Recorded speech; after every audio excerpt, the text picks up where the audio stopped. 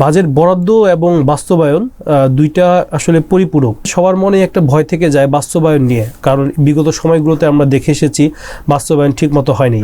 বিগত ফ্যাসিস্ট আমলে যে স্বাস্থ্য খাতের অবকাঠামোগত জটিলতা, ক্রয় সংক্রান্ত জটিলতা এবং বিভিন্ন জায়গায় লুটপাতের কারণে কিন্তু বাস্তবায়ন ঠিক মতো হয়নি। কিন্তু বর্তমান সরকার দৃঢ় প্রতিজ্ঞাবদ্ধ যেন এই বাস্তবায়নগুলো হয়। বর্তমান সরকার ইন্টিগ্রেটেড রেফারেল সিস্টেম চালু করতে যাচ্ছে এবং একই সাথে জাতীয় অ্যাম্বুলেন্স পুল, এই জাতীয় অ্যাম্বুলেন্স পুলের মাধ্যমে যেটা হবে, পুরো বাংলাদেশেই অ্যাম্বুলেন্সের একটা পুল থাকবে, যেখান থেকে পেশেন্ট এক জায়গা থেকে আরেক জায়গায় ট্রান্সফারটা খুব সহজ হবে। এই যে 1 লক্ষ স্বাস্থ্যকর্মী নিয়োগ করা হবে, অনেকেই চিন্তা করছেন যে সেখানে নিয়োগ বাণিজ্য হবে কিনা। নিয়োগ বাণিজ্য ঠেকানোর জন্য প্রপার যে মনিটরিং, সেটা কিন্তু বর্তমান সরকার অবশ্যই এনশিওর করবে। উপজেলা পর্যায়ে আইসিইউ সেট আপ করা হবে। এখন বর্তমানে আইসিইউ স্পেশালিস্ট যে সংখ্যা বাংলাদেশে রয়েছে, আপনি কি মনে করেন তাদের সংখ্যা এতটুকু আছে যে উপজেলা পর্যায়ে সেট আপ করার মতো সক্ষমতা বাংলাদেশে আছে? যখন আপনার নিয়ত ভালো হবে তখন কিন্তু সবকিছুই করা পসিবল। যদি কোভিড পিরিয়ডে দেশের মানুষ দেশের চিকিৎসা সেবা পায়, যদি ইন্ডিয়ার ভিসা বন্ধ থাকা অবস্থায় দেশের মানুষ দেশের চিকিৎসা সেবা পায়, তাহলে ওয়াই নট আদার টাইম। স্বাস্থ্য বাজেট নিয়ে মেডিভয়েসের বিশেষ পর্বে স্বাগত জানাচ্ছি আমি ডক্টর এ.কে.এম. জিয়াউল হক। সম্প্রতি বাংলাদেশের জাতীয় সংসদে স্বাস্থ্য বাজেট সহ পুরো জাতীয় বাজেটটি ঘোষণা করা হয়েছে। আমরা যারা চিকিৎসক তারা কিন্তু স্বাস্থ্য বাজেটের এই জায়গাটি নিয়ে বেশ কনসার্ন। আমরা উদ্বিগ্ন হয়ে লক্ষ্য করছিলাম যে বাংলাদেশের চিকিৎসকদের জন্য, স্বাস্থ্যকর্মীদের জন্য এবং রোগীদের জন্য প্লাস জনগণের জন্য স্বাস্থ্য বাজেট আসলে কী দেওয়া হয়েছে। আমরা লক্ষ্য করেছি স্বাস্থ্য বাজেটে গতানুগতিক ধারার বাইরে এসে বেশ কিছু নতুন বিষয় সংযোজন করা হয়েছে।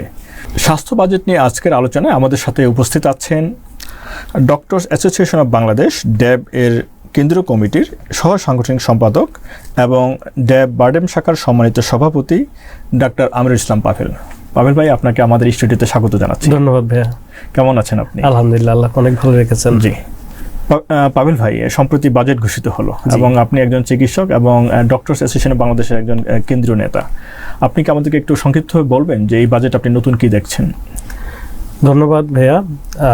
আমি একজন চিকিৎসক এবং ডক্টর অ্যাসোসিয়েশন অব বাংলাদেশ ড্যাবের কেন্দ্রীয় নেতা না বলে কেন্দ্রীয় একজন কর্মী পরিচয় দিতেই আমি বেশি স্বাচ্ছন্দ্য বোধ করি।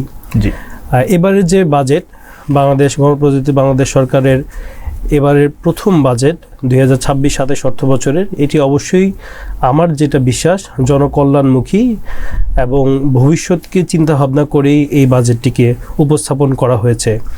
আপনারা দেখেছেন এই বাজেটে স্বাস্থ্য খাতের উন্নয়ন, অবকাঠামো, মানব সম্পদ, নিয়োগ এবং বিভিন্ন স্ট্র্যাটেজিক বিষয় নিয়ে আলাপ আলোচনা করা হয়েছে এবং নতুন করে যুক্ত করা হয়েছে জনকল্যাণকে মাথায় রেখে।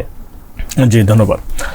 বিশেষজ্ঞরা বলছেন, স্বাস্থ্য অর্থনীতিবিদ সহ বিশেষজ্ঞ যারা রয়েছেন তারা বলছেন যে এবার বিপুল সংখ্যক টাকা বরাদ্দ করা হয়েছে, জিডিপির প্রায় 1.1%, 69,000 কোটি টাকা। কিন্তু আবার একই সাথে তারা কনসার্ন এক্সপ্রেস করছেন, তারা বলছেন যে বাজেট বরাদ্দ করা হয়েছে কিন্তু এটি আসলে বাস্তবায়ন করা যাবে কিনা, বাস্তবায়নের চ্যালেঞ্জ নিয়ে তারা আশঙ্কা প্রকাশ করেছেন। তো এই জায়গাটিকে আপনি কিভাবে দেখেন এবং চ্যালেঞ্জগুলো আসলে কোথায়? ধন্যবাদ। দেখুন, আমরা যদি বিশ্বমান কথা চিন্তা করি, WHOর যদি রেফারেন্স নিতে চাই, সেক্ষেত্রে একটি বাজেটের একটা জিডিপির শতকরা 5% স্বাস্থ্য খাতে দেওয়া খুব জরুরি। বাংলাদেশ সরকার, বাংলাদেশের মাননীয় প্রধানমন্ত্রী জনাব তারেক রহমানের সরকার সেই চিন্তাভাবনাতেই আগাচ্ছে। আমাদের সরকারের যে চিন্তাভাবনা যে আগামী 5 বছরের মধ্যে জিডিপির 5% স্বাস্থ্য খাতে বরাদ্দ দেওয়া হবে, সেটারই প্রেক্ষিতে এই বছরের অর্থ বাজেটে 1.01% জিডিপির স্বাস্থ্য খাতে দেওয়া হয়েছে এবং আমি মনে করি এটি খুবই পরিপূরক এবারের জন্য। আর বাজেট বরাদ্দ এবং বাস্তবায়ন দুইটা আসলে পরিপূরক। যেভাবে আপনাকে বরাদ্দ দিতে হবে ঠিক একইভাবে বাস্তবায়নের দিকেও জোর দিতে হবে। আসলে আমাদের সবার মনে একটা ভয় থেকে যায় বাস্তবায়ন নিয়ে, কারণ বিগত সময়গুলোতে আমরা দেখে এসেছি বাস্তবায়ন ঠিক মতো হয়নি। বিগত ফ্যাসিস্ট আমলে যে স্বাস্থ্য খাতের অবকাঠামোগত জটিলতা, ক্রয় সংক্রান্ত জটিলতা এবং বিভিন্ন জায়গায় লুটপাতের কারণে কিন্তু বাস্তবায়ন ঠিক মতো হয়নি। বিভিন্ন অর্থ বছরে আমরা দেখেছি বাজেটের বিশাল অংশ ফেরত গিয়েছে। কারণ কি ছিল? কারণ প্রকল্প বাস্তবায়নে বিলম্ব ছিল, প্রকল্পর আমরা অনুমোদন পাওয়া যাচ্ছিল না বিভিন্ন রকম জটিলতার কারণে। কিন্তু বর্তমান সরকার দৃঢ় প্রতিজ্ঞাবদ্ধ যেন এই বাস্তবায়নগুলো হয় এবং বাস্তবায়নের জন্য যা যা ইনিশিয়েটিভ নেওয়া দরকার সেগুলো কিন্তু বাংলাদেশ সরকার, স্বাস্থ্যমন্ত্রী এবং স্বাস্থ্য প্রতিমন্ত্রী মহোদয় ওনারা যারা আছেন ওনারা কিন্তু সেই রকম নির্দেশনা দিয়ে যাচ্ছেন। জি, ধন্যবাদ। এই জায়গাটিতে আপনি যেটা বলছিলেন যে প্রকল্প বাস্তবায়নে দেরি হচ্ছে এবং এই কারণে এটা বিপুল সংখ্যক টাকা ফেরত যাচ্ছে। জি। তো এই যে বাজেট বরাদ্দ এবং বাস্তবায়নের সক্ষমতা বৃদ্ধির জন্য আপনাদের প্রস্তাবনা কি বা আপনাদের পরিকল্পনা কি?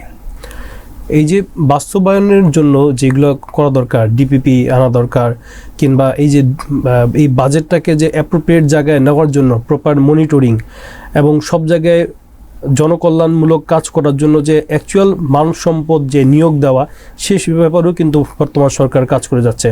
আপনারা জানেন ইতিমধ্যে 5,000 MBBS চিকিৎসক নিয়োগ দেওয়ার ব্যাপারে অলরেডি ঘোষণা চলে এসেছে। আগামী খুব অল্প কিছুদিনের মধ্যেই 5,000 MBBS চিকিৎসক নিয়োগ দেওয়া হবে।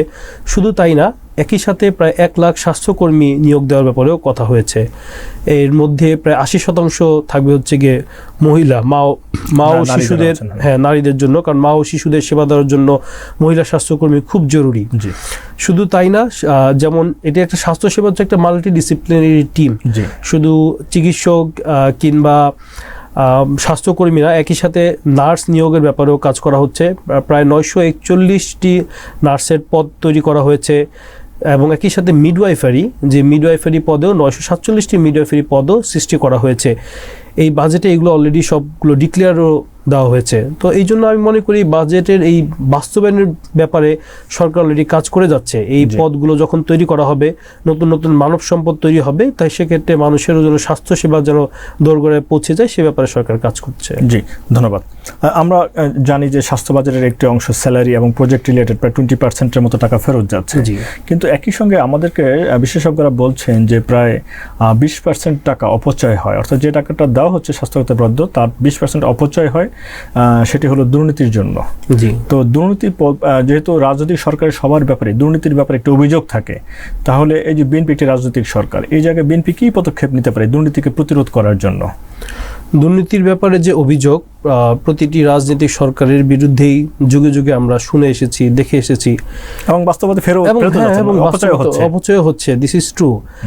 কিন্তু আমাদের বর্তমান সরকার, মাননীয় প্রধানমন্ত্রী কিন্তু আপনার দুর্নীতির ব্যাপারে জিরো টলারেন্স নীতিতে উনি আছেন। আমাদের প্রতিটা মন্ত্রণালয়ে মন্ত্রীদের সাথে উনি বারংবার আলাপ আলোচনা করছেন যেন দুর্নীতি কোথাও যেন না হয়, এবং দুর্নীতির ব্যাপারে প্রতিটা মন্ত্রণালয়, প্রতিটা অধিদপ্তর একদম সার্বক্ষণিক সজাগ, যেন কোথাও আমরা দুর্নীতির কোনো বিন্দুমাত্র গন্ধ না পাই। জি, ধন্যবাদ। আপনি জানেন যে বাংলাদেশে যে আউট অফ পকেট এক্সপেন্ডিচার, অর্থাৎ সারা পৃথিবীতে আমাদের পার্শ্ববর্তী দেশ মালদ্বীপে মাত্র 15% থেকে 18% তারা নিজেদের পকেট থেকে খরচ করে, বাকিটা সরকার বহন করে। মানে সরকার এমনভাবে ডিজাইন করেছে স্বাস্থ্য খাতকে যে রোগীদের মাত্র 20% খরচ করলেই হয়, 80% সরকার প্রোভাইড করে। সেখানে বাংলাদেশে 80% জনগণ উল্টা, অর্থাৎ 79% জনগণ নিজের পকেট থেকে দিচ্ছে, আর 21%-এর মতো সরকারি ইনফ্রাস্ট্রাকচার বা বিভিন্ন থেকে জনগণ সুবিধাটি পাচ্ছে। বর্তমান বাজেট জনগণকে কি এই যে আউট অফ পকেট এক্সপেন্ডিচারের বোঝা কি লাঘব করবে কিনা, কি মনে করেন? আপনি সঠিক বলেছেন। সর্বশেষ যে সমীক্ষা আমরা দেখেছি, সেখানে 79% বাংলাদেশের জনগণের আউট অফ পকেট যেটা ব্যয় হচ্ছে, দিস ইজ ট্রু। এবং এইটার জন্য না হয়, আসলে পুরোপুরি না যেন কমে আসে, বাংলাদেশ সরকার এই বিষয়ে কাজ করছে।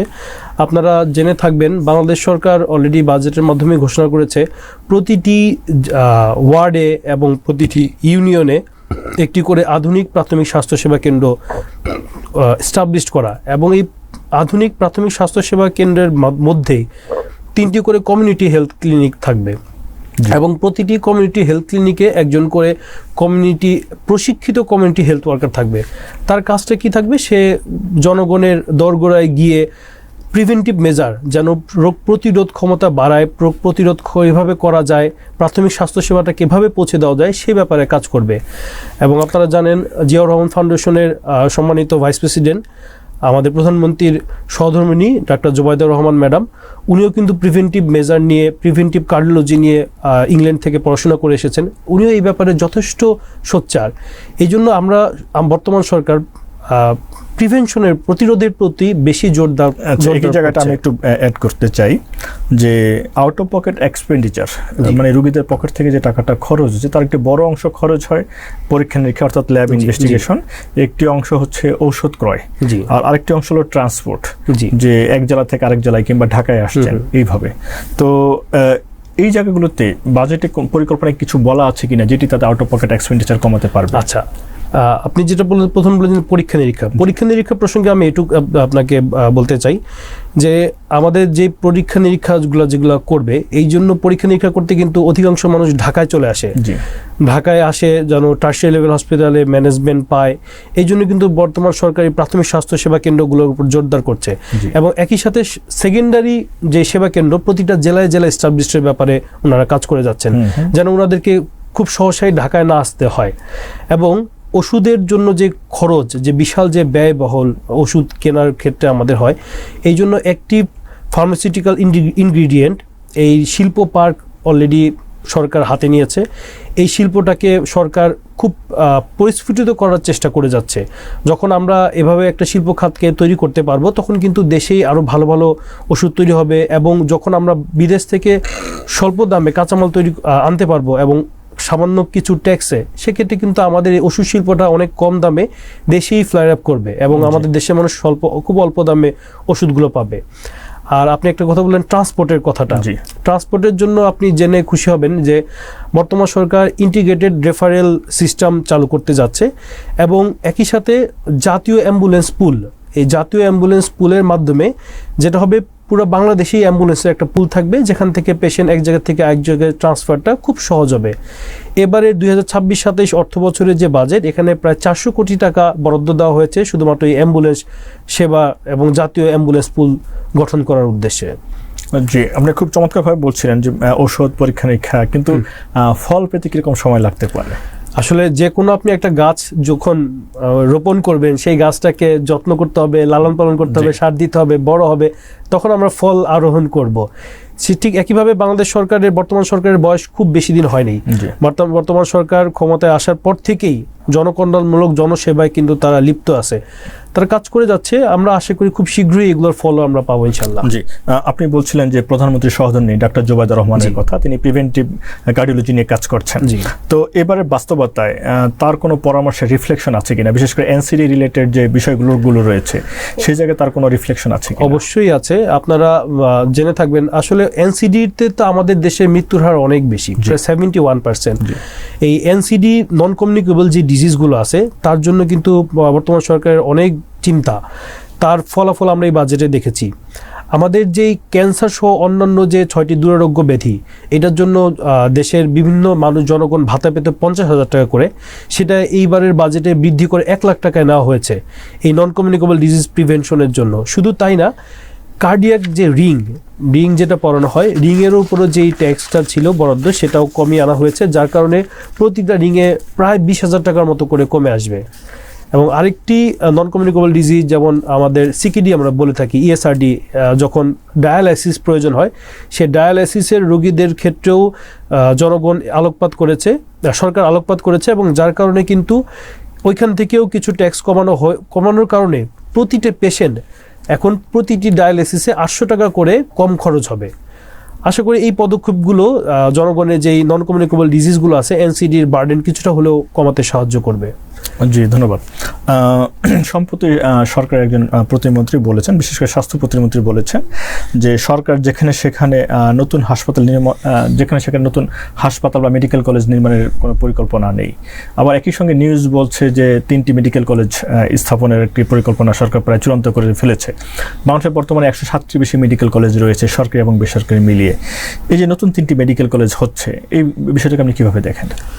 আসলে আপনি যদি মেডিকেল কলেজ এবং হাসপাতাল দুইটাকে যদি পাশাপাশি রাখেন, আমি ব্যক্তিগতভাবে হাসপাতালটাকে বেশি প্রায়োরিটি দিব। কারণ একটা হাসপাতাল গঠন করা বা তৈরি করা মানে নতুন করে স্বাস্থ্য সেবার দ্বার উন্মোচন করা। যে কোনো একটা এলাকায় বা যে কোনো একটা জেলায়, উপজেলায় যখন আপনি একটা নতুন হাসপাতাল তৈরি করবেন, তখন দেশে ওই এলাকার মানুষজন স্বাস্থ্যসেবা নেওয়ার জন্য একটি নতুন জায়গা পাবে। তারা খুব সহজে ওই জায়গায় যেতে পারবে, ট্রিটমেন্ট করাবে, ওষুধ পাবে, ইনভেস্টিগেশন করতে পারবে। আর রিগার্ডিং মেডিকেল কলেজ, আমি বেশি আলোকপাত করতে চাবো মেডিকেল কলেজের ব্যাপারে। এক্সিস্টিং যেগুলো মেডিকেল কলেজ আছে সেগুলোকে আরেকটু এম্পাওয়ার করা, সেখানে টিচিং স্টাফকে আরেকটু এনরিচ করা, যদি তাদের বিশেষায়িত কোনো ট্রেনিং প্রয়োজন হয় সেগুলো করা, যারা ছাত্ররা আছে বা ছাত্রীরা আছে তাদের জন্য আধুনিক হোস্টেল, লাইব্রেরি, তাদের জন্য আলাদা ভালো মিল, এগুলো ব্যবস্থার উপর আমি আসলে বেশি জোর দিতে চাই। সংকট রয়েছে, ডেফিনেটলি শিক্ষা উপকরণের সংকট রয়েছে। শিক্ষা উপকরণগুলোর উপরও জোরদার করা উচিত, আধুনিকায়ন করা দরকার। আপনি এবারের বাজেটে যেটা বলা হচ্ছে, বিএমডিসির মাধ্যমে একটি বিশেষায়িত টিম গঠন করা হবে এবং আমাদের যে এমবিবিএস এর যে কারিকুলাম আছে সেটা 2030 সালের মধ্যে এটাকে আরও বিশ্বসায়িত করা হবে বা ইন্টারন্যাশনাল মানে যেন এদেরকে আপগ্রেডেশন করা যায়, সে ব্যাপারে কিন্তু সরকার কাজ করে যাচ্ছে বিএমডিসির মাধ্যমে, নতুন করে একটা টিম গঠনের মাধ্যমে। সম্প্রতি আমরা লক্ষ্য করেছি যে বলা হয়েছে, স্বাস্থ্য মন্ত্রণালয়ের পক্ষ থেকে বলা হয়েছে উপজেলা পর্যায়ে যে হাসপাতালগুলো রয়েছে যেগুলো 50 বেডের আছে সেগুলো 100 বেডে উন্নীত করা হবে। তো আমরা যেটি আশঙ্কা করছি বা অনেক বিশেষজ্ঞ যেটি আশঙ্কা করছেন যে জনবল বৃদ্ধি না করেই এবং এই অবকাঠামো ইনফ্রাস্ট্রাকচার বিল্ড আপ না করেই 50 বেডেই যদি 100 বেডের রোগীর জন্য ভর্তি করা হয় তাহলে রোগীরা মূলত প্রকৃত চিকিৎসা সেবা থেকে বঞ্চিত হতে পারেন। এই জায়গাটা আপনার বক্তব্য কি, বা এই সমস্যাটা, এই সংকট কিভাবে সমাধান করা হবে? দুইটা তো আসলে সিমুলটেনিয়াস প্রসেস, দুইটাকে আপনি রেল লাইনের দুই প্রান্তর মতো করে আগাতে হবে। একই সাথে আপনাকে চিন্তা ভাবনা করতে হবে যে আমি 50কে 100তে উন্নত করব, অন্যদিকে আপনাকে এইটা বাস্তবায়নের জন্য এইটাকে আমি যখন 50কে 100তে নিব কী কী কাজ করতে হবে সেটাও মাথায় আনতে হবে। এবং এর প্রতিফলনও কিন্তু আমরা দেখছি, নতুন করে 5000 চিকিৎসক নিয়োগ দেওয়া, নতুন করে প্রায় 941টা নার্সের পদ সৃষ্টি করা, 947টা মিডওয়াইফারি পদ সৃষ্টি করা, এগুলো কিন্তু এগুলোরই সমসাময়িক সিদ্ধান্ত। কারণ কি, যখন আমি 50কে 100তে করবো আমাদের ম্যান পাওয়ার ডেফিনেটলি লাগবে, আমাদের অবকাঠামো প্রয়োজন হবে। এই যে থোক বরাদ্দগুলো যে বাজেটে দেওয়া হচ্ছে এখান থেকে অবকাঠামো তৈরি হবে, নতুন করে মানব সম্পদের জন্য পদ সৃষ্টি করা, এবং এই পদ সৃষ্টি করার জন্যই কিন্তু এই যে আমরা 50 থেকে 100তে উত্তীর্ণ করছি বিভিন্ন উপজেলা স্বাস্থ্য কমপ্লেক্সগুলো, সেগুলো কিন্তু স্মুথলি রান করতে পারবে। আরেকটা বিষয় হচ্ছে কি, আমাদের এই যে আমরা কিছুক্ষণ আগে আলোচনা করছিলাম আউট অফ পকেট, এই আউট অফ পকেট এক্সপেন্ডিচারটাকে কমাতে হলে কিন্তু আমাদের এই প্রাথমিক স্বাস্থ্যসেবা কেন্দ্রগুলো বা উপজেলা স্বাস্থ্য কমপ্লেক্সগুলোকে অবশ্যই আরও বেশি আপগ্রেডেশন করতে হবে। উইদাউট হ্যাভিং আপগ্রেডেশন আমরা কিন্তু এই কাজগুলো করতে পারবো না। যখন দেশের মানুষ পার্শ্ববর্তী উপজেলা স্বাস্থ্য কমপ্লেক্সে গিয়ে সেবাটা পাবে তখন কিন্তু সে প্রাইভেট হাসপাতালে যাওয়ার চিন্তা ভাবনা করে না। আমি সম্পর্কে একটি প্রশ্ন করছি, অনেকেই সম্পর্কে একটি প্রশ্ন করছি। বলা হয়েছে যে উপজেলা পর্যায়ে আইসিইউ সেট আপ করা হবে। এখন বর্তমানে আইসিইউ স্পেশালিস্ট যে সংখ্যা বাংলাদেশে রয়েছে, ক্রিটিক্যাল কেয়ার মেডিসিন স্পেশালিস্ট যারা রয়েছেন, আপনি কি মনে করেন তাদের সংখ্যা এতটুকু আছে যে প্রতি উপজেলায় তাদেরকে পদায়ন করা যাবে এবং তারা আসলে আইসিইউ কেয়ারের যে নিড, যে ধরনের জনশক্তির প্রয়োজন, জনবল প্রয়োজন, সেটি আসলে উপজেলা পর্যায়ে সেট আপ করার মতো সক্ষমতা বাংলাদেশে আছে? যখন আপনার নিয়ত ভালো হবে তখন কিন্তু সবকিছুই করা পসিবল। বর্তমান সরকার মাননীয় প্রধানমন্ত্রী জনাব তারেক রহমান সবসময় জনগণের কথা চিন্তা করেন। উনি কিন্তু যখন 31 দফা দিয়েছেন তখনই কিন্তু 26তম দফা ছিল স্বাস্থ্য খাত নিয়ে, সবার জন্য স্বাস্থ্য। সবার জন্য স্বাস্থ্য শুধুমাত্র প্রাইমারি স্বাস্থ্য সেবা কেন্দ্র কিংবা সেকেন্ডারি বা টার্সিয়ারিতেই সীমাবদ্ধ না। একটা মানুষের আইসিইউ সেট আপ লাগবে, আইসিইউ লাগতে পারে, সিসিইউ সাপোর্ট লাগতে পারে। আমরা এগুলো অস্বীকার করছি না, হ্যাঁ, এগুলো চিন্তা ভাবনা করেই এগুলো অনেক দূরদৃষ্টি চিন্তাভাবনা করা হচ্ছে যে জেলা শহরগুলোতেও আমরা আইসিইউ সেট আপ করতে পারি কিনা, সেই অনুযায়ী পদ তৈরি করা, সেই অনুযায়ী আমাদের যারা ক্রিটিক্যাল কেয়ার মেডিসিনের চিকিৎসক আছে তাদেরকে পদায়ন করা, পদোন্নতি করা, এই ব্যাপারেও স্বাস্থ্য মন্ত্রণালয় এবং স্বাস্থ্য অধিদপ্তর কাজ করে যাচ্ছে। জি, আমরা জানি যে সরকারি পর্যায়ে বাংলাদেশে 40,000-এর অধিক বেশি পোস্ট রয়েছে চিকিৎসকদের জন্য। সেখানে মেডিকেল অফিসার থেকে শুরু করে প্রফেসর পর্যন্ত পোস্টগুলো রয়েছে। আনুমানিক 9,000-এরও অধিক পোস্ট ভ্যাকেন্ট, প্রায় 22% পোস্ট ভ্যাকেন্ট। এখন আবার উপজেলাগুলোতে আমরা বেড বাড়াচ্ছি, আপনি নিজেই বলছেন যে সেখানে অতিরিক্ত জনবল নিয়োগ করতে হবে যদি আমি সুষম চিকিৎসা দিতে চাই, সুন্দরভাবে চিকিৎসা সেবা দিতে চাই, তার মানে আরও পোস্ট ক্রিয়েট করতে হবে আরও। তো সেই ক্ষেত্রে আসলে এই যে ঘাটতি, এই ঘাটতি আসলে আপনি কীভাবে পূরণ করবেন, এই পরিকল্পনা কি আপনার? এই যে আপনি বললেন যে অনেক বিশাল একটা পদ এখনো ফাঁকা রয়েছে, এখনো প্রমোটেড হয়নি। আসলে এটা তো দীর্ঘ 17 বছরের আবর্জনার ফলাফল। দেখা গিয়েছে যে যোগ্য ব্যক্তি তাদের প্রমোটেড হওয়া উচিত ছিল, তারা প্রমোটেড হয়নি। কেন প্রমোটেড হয়নি? তারা জাতীয়তাবাদে বিশ্বাসী অথবা তারা অন্য কোনো মতাদর্শে বিশ্বাসী, তাদের মতের না। এই একটাই তো কারণ ছিল তাদের প্রমোটেড না হওয়া। কিন্তু এখন দেখেন বর্তমান সরকার কিন্তু এইসব দিকে আলোকপাত করছে না। যে ব্যক্তিটা যোগ্য, যার পোস্ট গ্রাজুয়েশন কমপ্লিট হয়েছে, যে ওই নির্দিষ্ট একটা টাইম লিমিট কমপ্লিট করেছে, তাকে কিন্তু খুব সহসাই তাকে প্রমোটেড করছে, তাকে পদায়িত করা হচ্ছে। এবং নতুন করে যখন চিকিৎসক নিয়োগ হবে বা আগের যেই চিকিৎসকরা যখন পোস্ট গ্রাজুয়েশন কমপ্লিট করে ফেলবে তারা কিন্তু অটোপদায়িত হয়ে যাচ্ছে।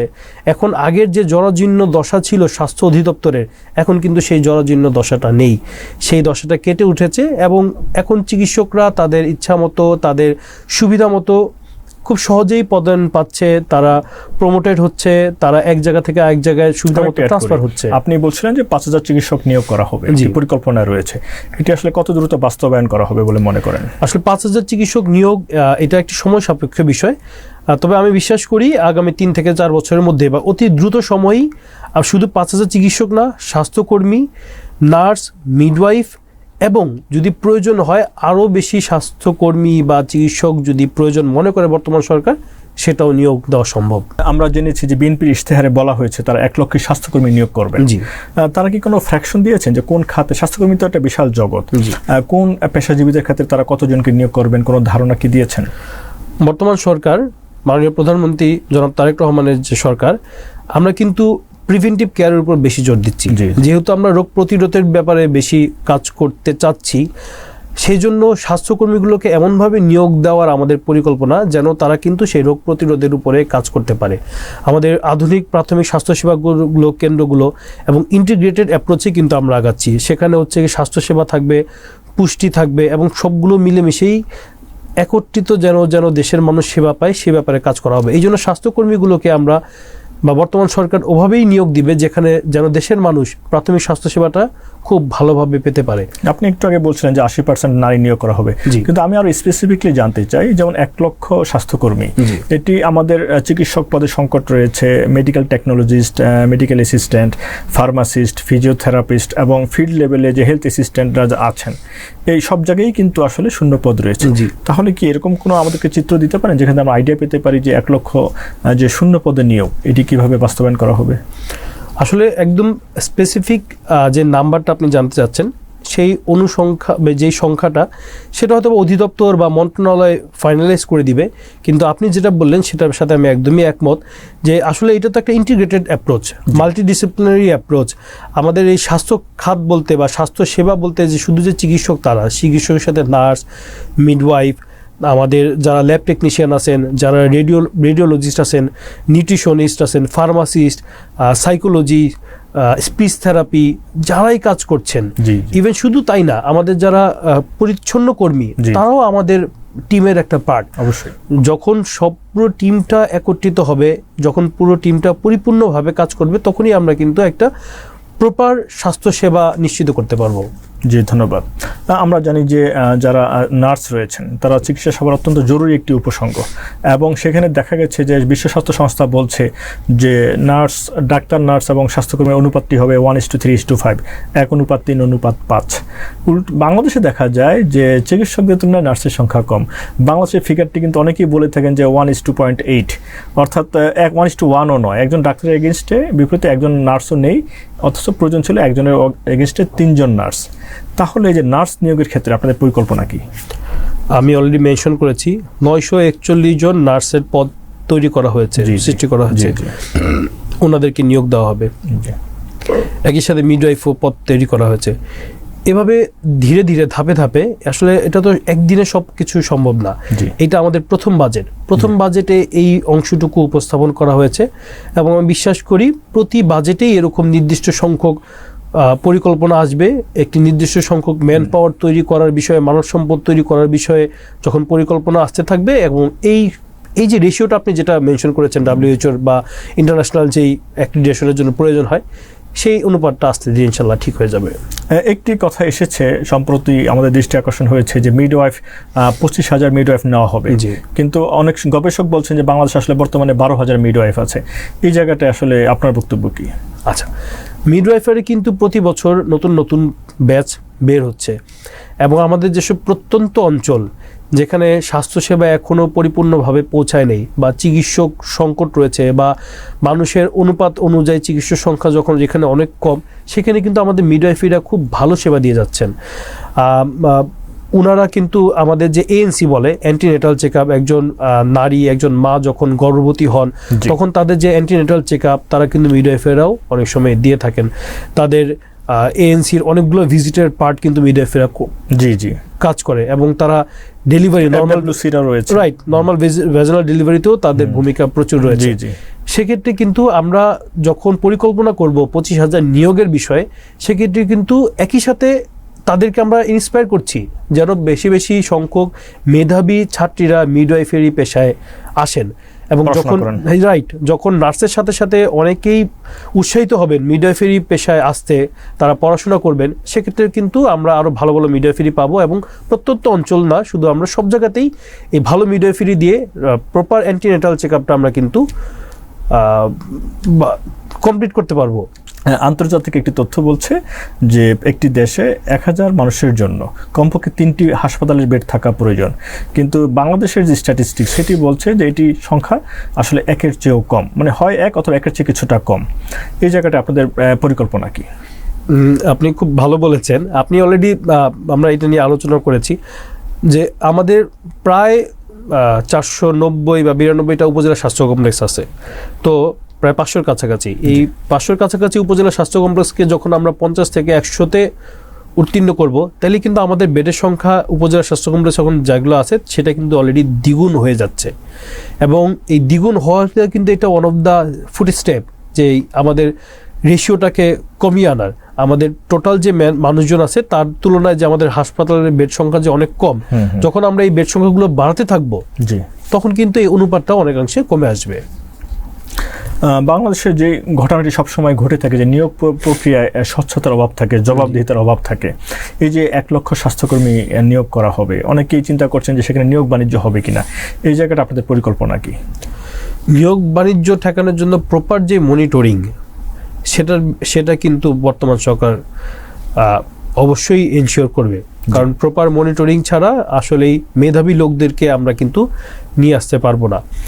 আর আমাদের এই যে দেশের এত বড় যে পরিবর্তন, মেধা না কোটা, আমরা কিন্তু সবসময় মেধার পক্ষেই ছিলাম। মেধার পক্ষে থেকেই তো এই আন্দোলন, এই বিপ্লব, বাংলাদেশের তরুণ জনগোষ্ঠী কিন্তু এইটার সাথে সামিল ছিল। দেশের সর্বশ্রেণীর মানুষ এটার সাথে জড়িত ছিল। যদিও তরুণরা আন্দোলনটা শুরু করে, কিন্তু আসলে শেষ পর্যায়ে এসে দেশের সকল জনগণই। হ্যাঁ, রাইট। তাহলে এই যে কোনো প্রাতিষ্ঠানিক, যেন আমরা জানি যে দুদক আছে, তাহলে এই যে আমাদের নিয়োগ প্রক্রিয়ার স্বচ্ছতা নিশ্চিত করার জন্য বা জবাবদিহিতা নিশ্চিত করার জন্য আরও কি স্পেসিফিক পদক্ষেপ নেওয়া যেতে পারে? শুধু নিয়োগ না, এই আমাদের যেহেতু স্বাস্থ্য খাত বা বাজেট নিয়ে আলোচনা হচ্ছে, আমাদের যে নিয়োগ, আমাদের দুর্নীতির জায়গা রয়েছে, আমাদের হাসপাতালের কেনাকাটা, প্রকিউরমেন্ট, সবগুলোর জন্যই আসলে ওই যে ইলেকট্রনিক যে ডিভাইসগুলো ব্যবহার করা খুব জরুরি। আমরা নিয়োগের ক্ষেত্রে OMR ইউজ করতে পারি, আমরা ক্রয়ের ক্ষেত্রে EGP ইউজ করি, এবং শুধু তাই না, এটার সাথে আমি মনে করি থার্ড পার্টি যে অডিট, এই থার্ড পার্টি অডিটটাও খুব জরুরি, কারণ থার্ড পার্টি অডিটের মাধ্যমে কিন্তু অনেক ল্যাকিংসগুলো বের হয়ে আসে, এবং জবাবদিহির জায়গাটা এস্টাবলিশ করা খুব জরুরি এসব ক্ষেত্রে। জি, ধন্যবাদ। আমরা বাজেট নিয়ে কথা বলছিলাম, কিন্তু একটি প্রাসঙ্গিক বিষয় ডাক্তারদের জন্য বা স্বাস্থ্যকর্মীদের জন্য খুব কনসার্নের একটি বিষয়, যে কর্মস্থলের চিকিৎসক এবং স্বাস্থ্যকর্মীদের নিরাপত্তা। আমরা প্রায়শই দেখি যে একজন ব্যক্তি প্রত্যন্ত অঞ্চল থেকে দেখা যাচ্ছে যে একজন মরণাপন্ন রোগীকে নিয়ে আসছেন, টার্মিনাল স্টেজে নিয়ে আসছেন, এবং একটা পর্যায়ে তিনি মৃত্যুবরণ করছেন, এবং তখন স্বাস্থ্যকর্মীদের উপরে হামলা, চিকিৎসক এবং অন্যান্য স্বাস্থ্যকর্মীরা আহত হচ্ছেন। তো সেগুলো ভিডিও ফুটেজ আমরা দেখতে পাই। তো আপনি ডক্টর অ্যাসোসিয়েশন অফ বাংলাদেশের একজন প্রতিনিধি, স্বাস্থ্য সুরক্ষা আইন, এটি নিয়ে আপনাদের ভাবনা কি?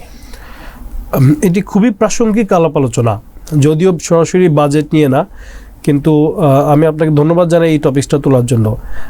আসলে আমার শরীরে রক্তক্ষরণ হয় যখন আমি দেখি আমার একজন ভাই, আমার একজন চিকিৎসক, আমার একজন স্বাস্থ্যকর্মীকে প্রহার করা হচ্ছে, তার উপর অত্যাচার করা হচ্ছে।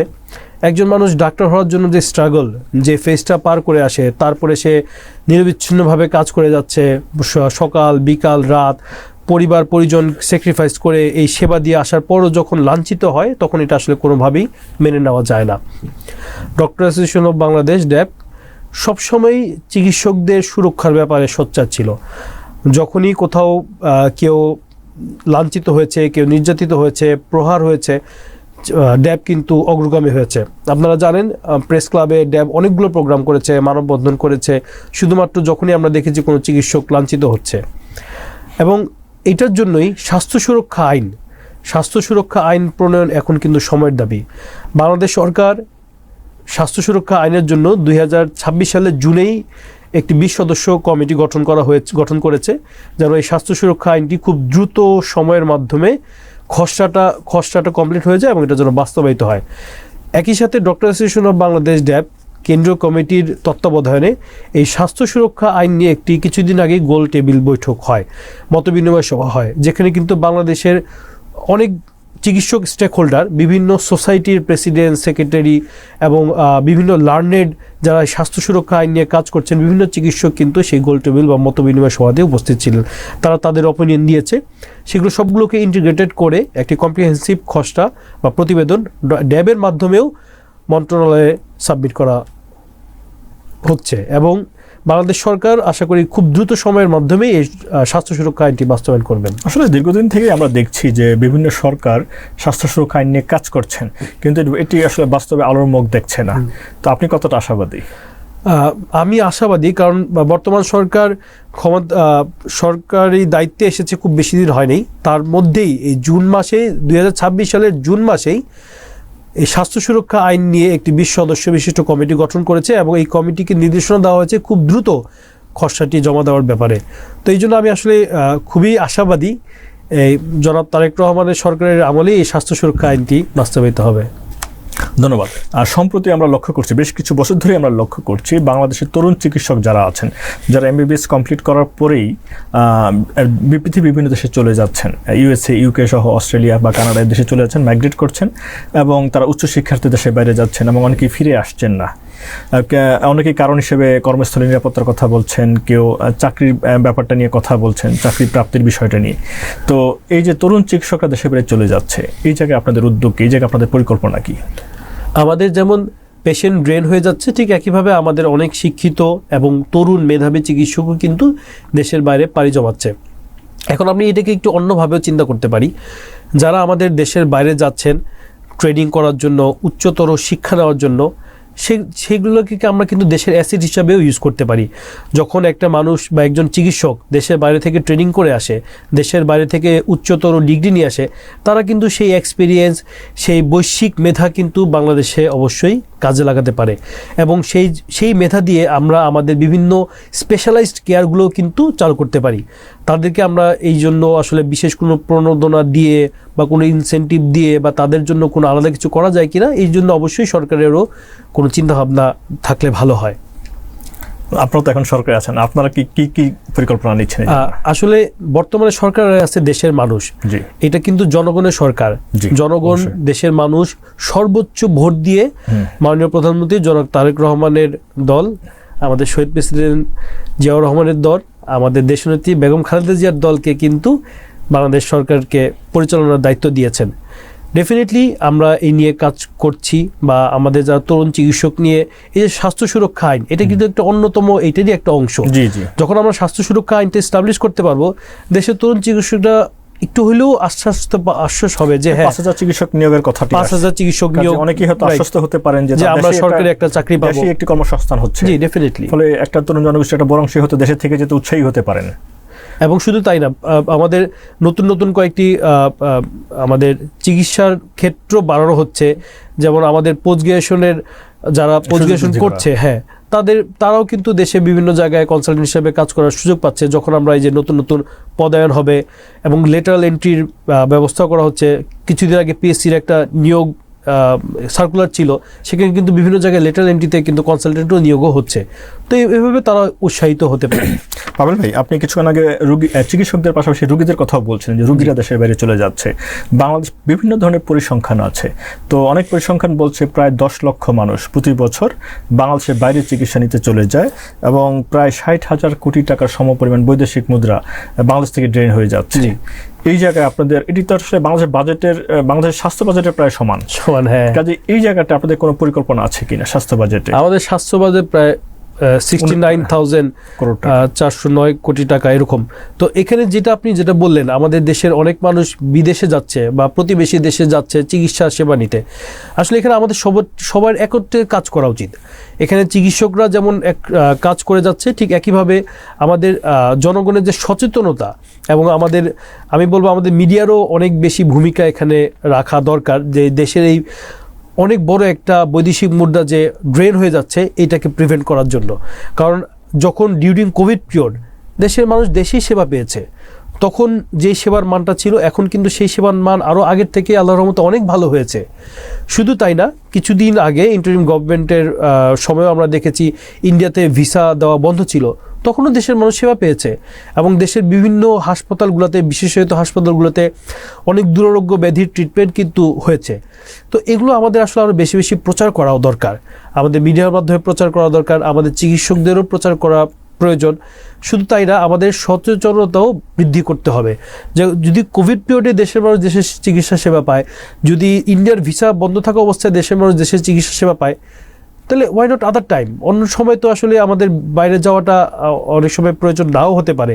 এই জিনিসটার ব্যাপারেও আসলে আমাদেরকে আরেকটু সোচ্চার এবং আরেকটু ভয়েস রেজ করা আমার মনে হয় প্রয়োজন। জি, আমরা অনেক সময় দেখি যে মিডিয়ার ক্ষেত্রে কখনো কখনো ঠিক যথাযথ সংবাদটি মিডিয়ায় উপস্থাপিত হয় না চিকিৎসার ক্ষেত্রে, এবং দেখা যায় যে অসম্পূর্ণ তথ্য বা ভুল তথ্যের ভিত্তিতে কিছু নিউজ পরিবেশিত হয়, ফলে জনরোষ তৈরি হয় চিকিৎসকদের বিরুদ্ধে এবং বাংলাদেশের চিকিৎসকদের প্রতি, চিকিৎসা ব্যবস্থার প্রতি জন আস্থার সংকট তৈরি হয়। তো মিডিয়ার ব্যাপারে আপনার কি পরামর্শ? আসলে অনেক সময় কখনো কখনো আমরা দেখে থাকি প্রথমেই চিকিৎসকদের একটা কাঠগড়ায় দাঁড় করানো হয়ে থাকে, যে এরকম একটা নিউজ আসে ভুল চিকিৎসার কারণে রোগী মারা গিয়েছে। তো চিকিৎসা সঠিক ভুল এটা তো নিয়ন্ত্রণ এটা তো আসলে দেখভাল অবশ্যই করতে হবে, কিন্তু আসলে চিকিৎসাটা আসলে ভুল হয়েছে না সঠিক হয়েছে এটা নিয়ন্ত্রণটা করবে কে, এটা দেখভালটা করবে কে? এটার জন্য আমাদের বিএমডিসি আছে। এই বিএমডিসি থেকে একটা গঠিত টিম, ওনারা ডিক্লেয়ার করবে যে এখানে ভুল চিকিৎসা হয়েছে বা সঠিক চিকিৎসা হয়েছে। কিন্তু এই ক্ষেত্রে আসলে মিডিয়ার অনেক বড় ভূমিকা রাখতে হবে। যে আমরা প্রথমেই যে বলে ফেলি যে ভুল চিকিৎসার কারণে কোনো রোগীর ক্ষতি হয়েছে, মারা গিয়েছে, আসলে আমাদের জানতে হবে যে রোগীটা কেন মারা গেল। মানে দায়িত্বশীলতা, হ্যাঁ, জবাবদিহিতার একটা জায়গাটা একজন মিডিয়াকে অনুধাবন করতে হবে যে একটি অসম্পূর্ণ তথ্যের ভিত্তিতে সংবাদ পরিবেশিত হলে জন আস্থার সংকট সৃষ্টি হতে পারে, এবং সেটি কিন্তু মানে বাংলাদেশের চিকিৎসা সংকট সৃষ্টি হলে এটি বাংলাদেশের জনগণের জন্য কল্যাণকর নয়, চিকিৎসা ব্যবস্থার জন্য দীর্ঘমেয়াদে কল্যাণকর নয়। কাজে আমার কাছে মনে হয় যে সব জায়গাতেই আসলে সব পক্ষেরই সতর্ক হওয়া প্রয়োজন। দেশের একটা অন্যতম খুঁটি হচ্ছে স্বাস্থ্যসেবা। জি, এই স্বাস্থ্যসেবা যদি ধ্বংস হয়ে যায়, দেশের স্বাস্থ্য খাত ধ্বংস হবে, দেশের অর্থনীতি ধ্বংস হবে এবং দেশ কিন্তু অনেক বিপদে পড়ে যাবে। এই ব্যাপারটা চিকিৎসক, দেশের জনগণ এবং আমাদের যারা সম্মানিত মিডিয়া কর্মী আছে সবাইকেই চিন্তা ভাবনা করতে হবে, যে আমরা সবাইকে নিয়েই চিন্তা ভাবনা করেই আগাবো। কারণ দেশটা আমার একার না, দেশটা আমাদের সবার। আমরা সবাই মিলে যদি ভালো কাজ করি দেশ এগিয়ে যাবে। দেখেন, বাংলাদেশ সরকার কিন্তু এই যে অনেক সময় সরকারি হাসপাতালে গেলে বেড পাওয়া যাচ্ছে না, সরকারি হাসপাতালে উন্নত চিকিৎসাটা নিতে পারছে না, এই জন্য কিন্তু জনাব তারেক রহমানের সরকার পিপিপি, পাবলিক প্রাইভেট পার্টনারশিপ মডেলে কিন্তু কাজ করে যাচ্ছে। এই পাবলিক প্রাইভেট পার্টনারশিপ মডেলের মাধ্যমে কিন্তু দেখা যাচ্ছে যে কোনো একটা বড় হাসপাতালে, বেসরকারি হাসপাতালের কিছু সংখ্যক বেড, কিছু সংখ্যক স্বাস্থ্যসেবা কিন্তু স্ট্র্যাটেজিক পারচেসের মাধ্যমে কিন্তু বাংলাদেশ সরকার পারচেস করবে। এবং সেখানে কিন্তু যে কোনো একজন রুগী সেই বেসরকারি হাসপাতালে চিকিৎসা নিবে, সেই চিকিৎসাটা কিন্তু হবে আসলে সরকারি চিকিৎসা। সেই বিলটা বহন করবে বাংলাদেশ সরকার, গণপ্রজাতন্ত্রী বাংলাদেশ সরকার সেই বিলটা গ্রহণ করবে রুগীর জন্য। তার মানে দেশের মানুষ কিন্তু সেই সেবাটার আওতায়ও কিছুদিনের মধ্যে আসতে যাচ্ছে। তো ভালো কিছু আমরা ইনশাল্লাহ পাবো, অতি শীঘ্রই পাবো। এবং স্বাস্থ্য খাত নিয়ে মাননীয় প্রধানমন্ত্রী, আমাদের জিয়া রহমান ফাউন্ডেশনের সম্মানিত vice chairman doctor Zobaidur Rahman madam, ওনারা সবাই এটা নিয়ে আলোকপাত করছে। আমরা আশা করছি ওনারা যেভাবে পজিটিভ চিন্তা ভাবনা করছেন, আমরা খুব দ্রুতই স্বাস্থ্যসেবার আমূল পরিবর্তন দেখতে পারবো এবং দেশের স্বাস্থ্যসেবা আরও উন্নত সাধন হবে। জি, ধন্যবাদ। আমরা প্রোগ্রামের একেবারে শেষ পর্যায়ে, আমরা আসলে অনেকক্ষণ ধরে স্বাস্থ্য বাজেটের বিভিন্ন খুঁটিনাটি দিক নিয়ে কথা বলছিলাম, তো অনেকগুলো পজিটিভ আলোচনাই আমরা করেছি, কিন্তু একজন সাধারণ মানুষ হিসাবে, একজন জনগণের কাতারে দাঁড়িয়ে যদি আমরা স্বাস্থ্য বাজেটের দিকে তাকাই, তাহলে আপনার কাছে স্বাস্থ্য বাজেটের চ্যালেঞ্জের জায়গা কোন জায়গায়, যে জায়গাটা আসলে অ্যাড্রেস করা হয়নি, অ্যাড্রেস করলে হয়তো আরেকটু ভালো হতো, আপনি কয়েকটি গুরুত্বপূর্ণ জায়গার কথা বলবেন? স্বাস্থ্য বাজেটে বাংলাদেশ সরকারের যে স্বাস্থ্য বাজেট 2026 সালের অর্থ বছরের, এখানে জিডিপির 1.01% এখানে অ্যাড করা হয়েছে। বাংলাদেশ সরকার চেষ্টা করেছে সবগুলো সামগ্রিকভাবেই অ্যাড করতে। তবে আমি যে জিনিসটা নিয়ে আসলে আপনার সাথে আলোচনার যে বিষয়টা আসতেছে, বাস্তবায়ন। আমরা চাইবো এই যে খাতটা, থোক বরাদ্দটা যে হয়েছে, এই বাজেটটা যেন বাস্তবায়ন হয়। তাহলে বাস্তবায়ন যদি প্রপারলি হয়, তাহলে ইনশাল্লাহ দেশের মানুষ পরিপূর্ণ স্বাস্থ্যসেবাটা বাংলাদেশে বসেই পাবে। জি, ডাক্তার আমির ইসলাম পাভিল ভাই, আপনাকে অসংখ্য ধন্যবাদ। আমরা কথা বলছিলাম স্বাস্থ্য বাজেট নিয়ে, আমাদের স্টুডিওতে সময় দেওয়ার জন্য আপনাকে অনেক ধন্যবাদ জানাচ্ছি। ধন্যবাদ ভাইয়া। সম্মানিত দর্শকবৃন্দ, আমরা কথা বলছিলাম ডক্টরস অ্যাসোসিয়েশন অব বাংলাদেশ ড্যাব এর কেন্দ্রীয় কমিটির সহ সাংগঠনিক সম্পাদক এবং বারডেম শাখার ড্যাবের সম্মানিত সভাপতি ডাক্তার আমির ইসলাম পাভিল ভাইয়ের সাথে স্বাস্থ্য বাজেটের বিভিন্ন খুঁটিনাটির দিক নিয়ে আমরা আলোচনা করেছি। আশা করছি আলোচনা আমাদের যারা নীতি নির্ধারক রয়েছেন এবং সাধারণ জনগণ আছেন তাদেরকে কিছুটা হলেও সাহায্য করবে। পরবর্তী এপিসোড দেখার আমন্ত্রণ জানিয়ে আজকে এখানেই শেষ করছি। আসসালামু আলাইকুম।